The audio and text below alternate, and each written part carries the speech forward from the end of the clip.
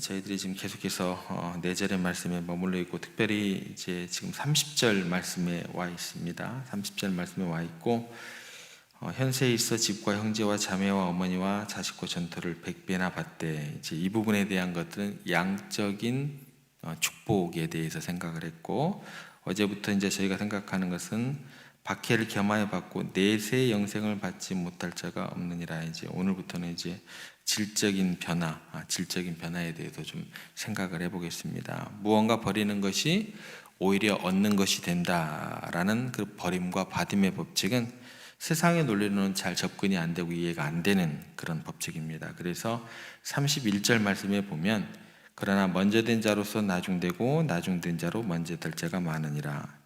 이 말씀을 보면 하나님 나라의 역설이다라는 것이죠. 이런 일들은 잘 이해가 안 되지만 하나님 나라에서의 법칙으로는 이런 일들이, 역설적인 일들이 굉장히 많다라는 것입니다. 지난 시간에 우리가 집과 가족과 전토, 배나 받게 된다, 양적인 의미에서의 어떤 그런 축복에 대해서 살펴봤고, 오늘부터는 질적인 의미에서의 그 변화, 그 축복에 대해서 좀 생각을 해보겠습니다. 어떤 얘기냐면, 우리가 전혀 다른 차원에서 다른 존재로 다시 얻게 되는 그런 은혜가 그 가운데 있다라는 것입니다.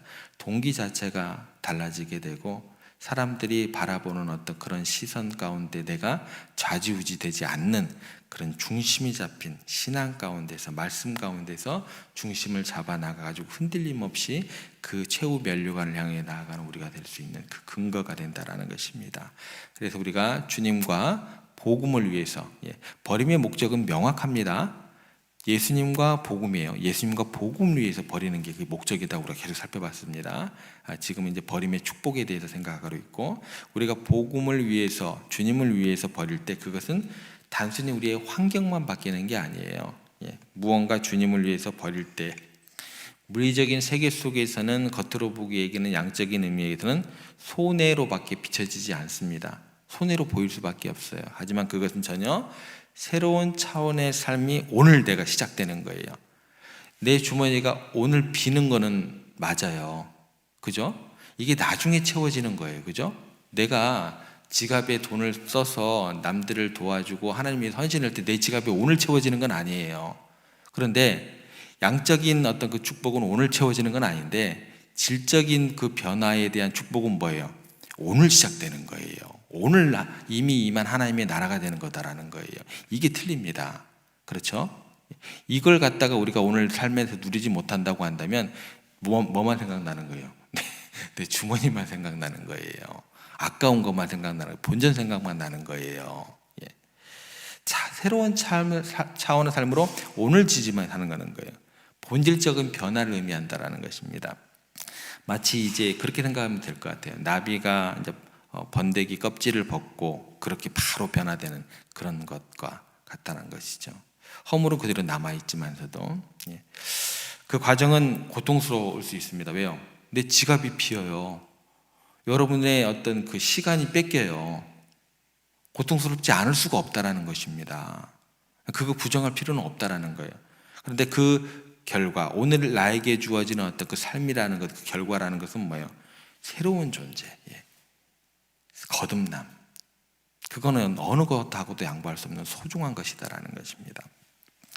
팻 로버슨 목사님이 계십니다. 그분이 이제 간증 가운데 이런 얘기가 나옵니다. 이분이 이제 버지니아주에서 이제 상원 의원이자 은행 통화위원장을 지닌 아버지 밑에서 이제 자라게 됩니다. 자신도 그 가운데서 잘 이렇게 공부를 해서 예일대 법대를 나온 엘리트였죠.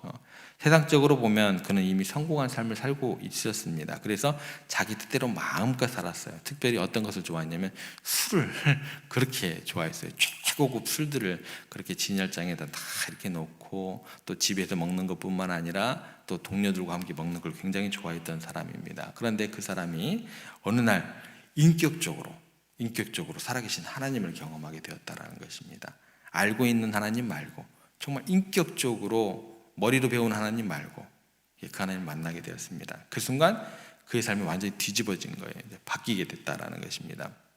그날 저녁 퇴근하려고 하는데 평소처럼 친구들이 술 먹으러 가자라고 이야기를 하는데 그 유혹을 단호히 거절하고 집으로 달려갑니다.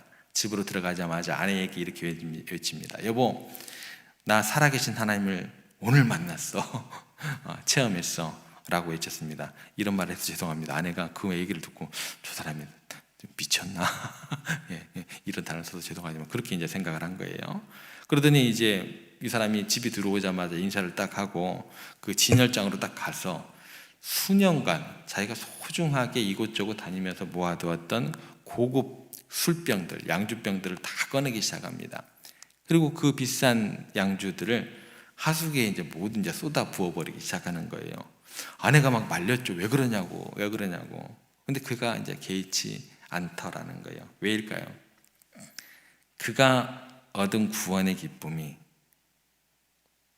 그 세상의 어떤 즐거움보다 컸기 때문이다라는 거예요. 바로 주어지는 기쁨과 행복이에요. 주신 축복이에요. 이게 뭐예요? 이게 질적인 변화의 축복입니다. 전에는 그렇게 소중하게 여기는 것들이 아무런 가치가 없게 느껴지는 거예요. 그가 버린 것은 그래서 단순히 술병이 아닌 거예요. 아내가 봤을 때 그 남편을 붙잡은 이유는 뭐예요? 아까워 죽겠는데 그게 돈이 얼만데. 근데 그가 버린 것은 단순히 술병이 아닌 거죠. 뭔가를 큰 걸 얻은 거죠. 예전의 삶, 세상적인 가치관, 자기 중심적인 삶을 버린 거죠. 그리고 그것을 기꺼이 기쁘게 버렸어요. 더 큰 기쁨이 있기 때문에. 왜냐하면 그가 얻은 것이 그토록 소중했기 때문에라는 것입니다. 우리는 어떤 것을 버림이 없이 인생에 있어서 질적인 변화를 입증할 길이 없어요. 여러분들의 그런 질적인 변화에 대한 어떤 그 주어짐이 없이 나와 복음이 정말 소중하다고 여러분들 가족들에게 어필이 될 수가 없는 거예요. 여러분들의 그런 변화가 주어짐이 없이 내 주머니에 내 지갑에 그런 것들이 변화됨이 없이 또 그런 것들이 없음에도 불구하고 그런 어떤 기쁨이 주어지지 않는 여러분의 삶을 통해서요, 우리 하나님은 뭐 사랑의 하나님이고 은혜가 풍성한 하나님이고 그게 입증이 안 되는 거예요. 여러분들 거짓말로 신앙생활하고 있는 거예요. 머리로 하는 하나님을 증거하고 있는 거예요. 그것에는 뭐예요? 전혀 사람들의 변화도 없고 감동도 없는 거예요.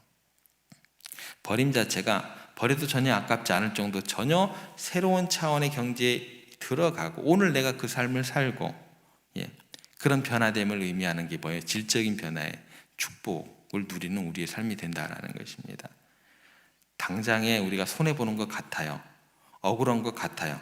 그런데 우리 마음 가운데는 뭐가 있는 거예요? 기쁨이 있고 그리고 실제로 그 존재 자체가 영원의 차원으로 들어가는 그런 감격, 물질적인 손실이나 그 양적인 손실은 거기에 비할 바가 안 된다라는 것입니다. 그래서 이것을 성경에서는 자주 이야기를 할 때 뭐로 이야기하냐면 값진 진주 하나를 발견했을 때의 그 사람을 예로 듭니다. 그것을 하나를 사기 위해서 가진 소유를 뭐예요? 다 팔아버리는 거예요. 그 가지고 있는 소유가 필요 없다는 얘기가 아니에요. 그죠? 그 진주 하나가 더 소중하다라는 거예요. 그 하나만을 소유해도 그 나머지 값진 것들이 다 대체가 될 만한 그 값진 진주라는 거예요. 정말 살아계신 하나님, 예수님을 정말 만났을 때 우리 내면에 있는 그 영적인 충만함, 내 존재 자체의 전혀 다른 차원의 그 기쁨을 생각하면 그동안 세상에서 즐겼던 많은 것들, 내가 지금 버리는 것들 하나도 아깝지 않다라는 거예요. 오히려 그것이 기쁨이 될 수 있다라는 것입니다. 여러분들 잠을 사랑하시잖아요. 잠 많이 주무셔야 돼요. 그렇죠? 그런데 여러분들 깨어나와서 이곳에서 오늘 아침에 말씀을 듣고 기도하는 이유가 뭐예요? 잠이 소중하지 않다는 게 아니에요. 그 기쁨도 충만하게 내 삶을 운영해 가는 데 있어 꼭 필요한 거지만 그것보다도 더욱더 나를 하루를 기쁘게 하고 하루를 힘있게 출발하게 하는 게 뭐예요? 이 자리, 기도의 자리였기 때문에 여러분 오늘 단잠을 깨우고 나오신 거다라는 거예요. 많이 숙면을 취하셔야 돼요. 그런데 또 더 나아가서 내가 오늘 하루 시작할 때 말씀으로 기도로 시작할 때 더욱더 내가 힘이 되고 능력이 되더라. 단잠을 깨우시고 나오셨다라는 것이죠. 사도 바울의 경우를 한번 생각해 보겠습니다. 율법에 관해서는 정말 흠이 없었던 사람입니다. 율법 자체가, 배움 자체가, 자기의 지식 자체가 필요 없다는 얘기가 아니에요. 굉장히 귀한 배움이었고 지식이었다라는 것입니다. 당대 최고의 학자 가말리엘 문화에서 공부를 했고 열심히 율법을 지킨 바리새인이었다라는 것입니다. 그가 예수님을 만났을 때 그의 모든 가치관이 바뀌게 되죠. 이전에 자신이 가치 있게 여겼던 그 모든 것들을 배설물로 여기게 되었다라는 것입니다. 왜일까요? 그가 예수님을 만나고 얻은 것이 너무나 귀중했기 때문이다라는 거예요. 그래서 사도 바울이 이렇게 고백을 하게 됩니다. 내가 그리스도를 위하여 모든 것을 잃어버리고 배설물로 여김은 그리스도를 얻고 그 안에서 발견되려 함이라. 영적 충만함, 질적인 변화가 주어졌다라는 거예요. 사도 바울은 정말 하나님을 만났고 예수 그리스도의 사랑을 체험했고 세상의 것들이 그저 배설물처럼 느껴졌다라는 것입니다. 세상 것들이 본질적으로 나쁘다는 이야기가 아니에요. 또 이렇게 얘기하면 또 세상 것은 다 나쁘다 이렇게 돼버리는 거예요. 사도 바울 같은 그런 기본 백그라운드가 있는 사람 자체가 더욱더 편지를 쓰고 예수 그리스도를 만나고 하나님의 사랑을 경험하고 재정립이 되었기 때문에 신약의 많은 그런 어떤 하나님 관점으로 또 바울 신학의 관점으로 그런 어떤 집대성할 만한 그런 책들이 써졌다라는 거예요. 필요 없다는 것이 아니고 나쁘다는 의미가 아닙니다. 새로운 그리스도 안에서 발견된 가치에 비하면 그 세상 어떤 것도 비교 대상이 될 수 없다라는 거예요. 그래서 사도 바울의 신앙은요, 예수 그리스도 안에서 in Christ라는 그 관점으로 다시 모든 것이 해석이 되는 것입니다. 예. 여러분이 가장 좋아하는 음식이 있다고 한번 생각을 해보세요. 그것을 아무리 내가 좋아하고 맛있다고 해도 내가 배가 부르면 어떻게 돼요? 더 이상 그게 눈에 안 들어와요. 맛이 없는 음식이 아닌 거예요. 보기에 안 좋은 음식이 아닌 거예요. 내가 배가 부르면 더 이상 먹고 싶지 않을 뿐이에요. 마찬가지로 우리의 영혼이요. 하나님을 만나고 하나님의 사랑으로 예수 그리스도 복음으로 가득 차게 되면 뭐예요? 더 이상 세상 것들이 매력적이지 않다라는 게 아니에요. 나에게 더 이상 그게 매력적으로 느껴지지 않는다라고 그렇게 접근을 하시는 거예요. 그래서 예수님께서 이걸 이렇게 이야기를 하십니다. 의에 줄이고 목마른 자는 복이 있나니 그들이 배부를 것이며. 어떻게 줄이고 목이 마른데 배부르냐는 거예요. 말이 안 되는 얘기를 하고 계시잖아요. 그죠? 근데 하나님에 대해서 의에 줄이고 목마를 때 우리는 그 의로 배부를 것이다라는 이야기가 되는 거예요. 그리고 그 충만함은 세상의 그 어떤 것으로도 채울 수 없는 것이 되는 것입니다. 그렇다면 이러한 질적인 변화는 바로 우리의 가치관을 완전히 바꿔놓는 게 되는 거예요. 세상은 우리에게 더 많이 가져라, 더 많이 올라가라, 더 높은 자리에 올라가라 이라고 얘기합니다. 그런데 하나님 나라의 가치관은 다르게 되는 것이죠. 예수님께서 말씀하십니다. 너희를 위하여 보물을 땅에 쌓아두지 말라. 거기는 좀과 동록이 해하며 도둑이 구멍을 뚫고 도둑질하느니라. 오직 너희를 위하여 보물을 하늘에 쌓아두라. 거기는 좀이나 동록이 해하지 못하며 도둑이 구멍을 뚫지도 못하고 도둑질도 못하느니라. 우리에게 물질을 소유하지 말라는 이야기가 아닙니다. 예. 오히려 우리의 궁극적인 가치와 보물을 어디에 두어야 하는지를 가르치는 말씀입니다. 진정한 보물은 하늘에 두기를 원한다라는 것이죠. 그래서 우리의 궁극적인 소망과 기쁨이 이 세상이 아닌 하나님께 있어야 한다는 뜻으로 이해를 하시기 바랍니다. 이런 가치관의 변화는요, 우리 삶의 모든 영역에서 입히게 됩니다. 더 이상 우리는 세상의 기준이 아니라 그렇게 성공을 측정하는 것이 아니고 대신 우리는 하나님의 기준으로 우리의 삶을 평가하게 되는 것입니다. 그래서 우리의 성공이 하나님의 영광을 위한 것이 될 수 있다라는 것입니다. 저는 사도 바울을 생각할 때마다 우리나라 인물로 생각이 되면 최근에 이제 돌아가신 지 얼마 안 돼서 이어령 교수님이 생각이 나요. 이어령 교수님. 그 교수님이 했던 말 중에 이 설교를 준비하면서 떠오르는 말이 뭐냐면 일자로 쭉 세우지 말아요. The best one을 만들지 말아요. The only one을 만들래요. Only one. 왜 그렇게 일자로 쭉 세워놓고 베스트 원을 찾냐는 거예요. 예. 내게 주어진 어떤 하나님에 대한 인격적인 경험과 체험과 상황은 다 다른데 하나님께서 그 어떤 것들을 인격적인 체험을 각자에게 다 허락하셨는데 왜 베스트 원을 만드냐는 거예요. Only one. 그 안에서 축복은 이미 다 내재되어 있다는 거예요. 자녀들, 베스트 원 만들지 마시고 신앙 안에서 예수님 인격적으로 만나면서 우리 손자 손녀들에게도 only one을 만들 수 있는 우리가 되었으면 좋겠습니다. 가치관 자체가, 바라봄 자체가, 질적인 어떤 그런 것들을 바라보는 어떤 적용하는 것 자체가 달라야 돼요. 달라야 돼요.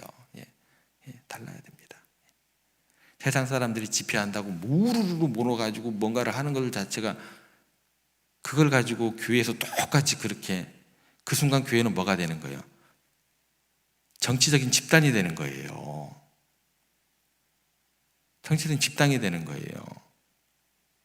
하나님께서 이스라엘 백성들이 다 모아가지고 뭐라 그래요? 왕을 세워달라고 할 때 반대하시면서도 들어주시긴 했잖아요. 결국은 그건 하나님 뜻이 아닌 거예요. 그냥 질적인 변화, 이런 것들은요, 어찌됐건 우리 가운데 살아감에 있어서 하룻밤 사이에 일어나는 것이 아닙니다. 평생에 걸친 과정 가운데 우리들에게 주어지는 그런 길이죠. 때로는 우리가 후퇴하는 것처럼 느낄 수도 있습니다. 왜요? 자녀들 다 키워보셨잖아요. 어떻게 해서든 베스트 원 만들고 싶잖아요. 온리원 자체는 우리들 가운데 잘 느껴지지가 않아요. 후퇴하는 것처럼 느껴질 수도 있어요. 그런데 내가 말씀 가운데 다시 그 인격적인 하나님의 그 말씀을 살아있는 말씀으로 내가 오늘 적용할 수 있다고 한다면 그 순간 뭐예요? 기쁠 수 있는 거예요. 기쁠 수 있는 거예요. 자유할 수 있는 거예요. 낙심하지 마시기 바랍니다. 낙심하지 마시고, 우리가 그 길에서 후퇴한다 할지라도 하나님은 우리의 완벽함을 바라시는 게 아니에요. 너 목사로서 너 완벽해야 돼, 하루하루 완벽해야 돼, 그럼 저 목사 그만둬야죠. 그잖아요. 제가 여러분들보다 뭐 경험이 많아요, 또 연륜이 어떤 풍부해요, 또 지식이 많아요. 여기 설 자격이 없는 거잖아요. 완벽함을 추구하라고 하면. 그런데 하나님께서 저를 목사로 세우시는 것은 너 진실되게 그 마음을 가지고 섬겨라 라는 거예요. 여러분, 완벽할 필요 없어요. 왜 그렇게 힘들게 신앙생활 하세요? 진실되시면 됩니다. 성실하시면 돼요. 하나님께서 그 마음을 보시는 거예요. 그 마음, 그 중심을 보시는 거예요. 사도 바울이 이렇게 고백을 합니다. 형제들아, 나는 아직 내가 잡은 줄로 여기지 아니하고 오직 한 일, 즉 뒤에 있는 것은 잊어버리고 앞에 있는 것을 잡으려고 표대를 향하여 그리스도 예수 안에서, 이게 이제 사도 바울의 핵심입니다. 그리스도 예수 안에서 하나님이 위에서 부르신 부름의 상을 위하여 달려가노라. 앞만 보고 달려갔다라는 거예요. 그리스도 예수 안에서 과거나 현재의 실패에 묵이지 말고 하나님이 우리를 부르신 그 영광스러운 내일을 향하여 나아가시는 여러분들 되었으면 좋겠습니다. 영원한 생명, 하나님 자녀들의 정체성, 이 세상에 줄 수 없는 그 평안과 기쁨을 오늘 누리셔야 돼요. 그래야 표대가 흔들리지 않는 거예요. 그렇죠? 그래서 세상에 알 수 없는 기쁨과 평안으로 가득한 여러분의 모습을 보고 다른 가족들이 놀라게 되고, 그리고 그것이 바로 주님의 영광이 될 줄 믿으시기를 바랍니다. 오늘 하루 살아가실 때도 괴롭고 힘든 세상 가운데서 이런 질적인 변화, 나와 복음을 위해서 그렇게 버리고 나아갈 때 남들이 알지 못하는 그런 기쁨과 평안을 성령님 안에서 누리시고 그 기쁨 가운데 행복한 하루 되시기를 주님의 이름으로 부탁을 드립니다.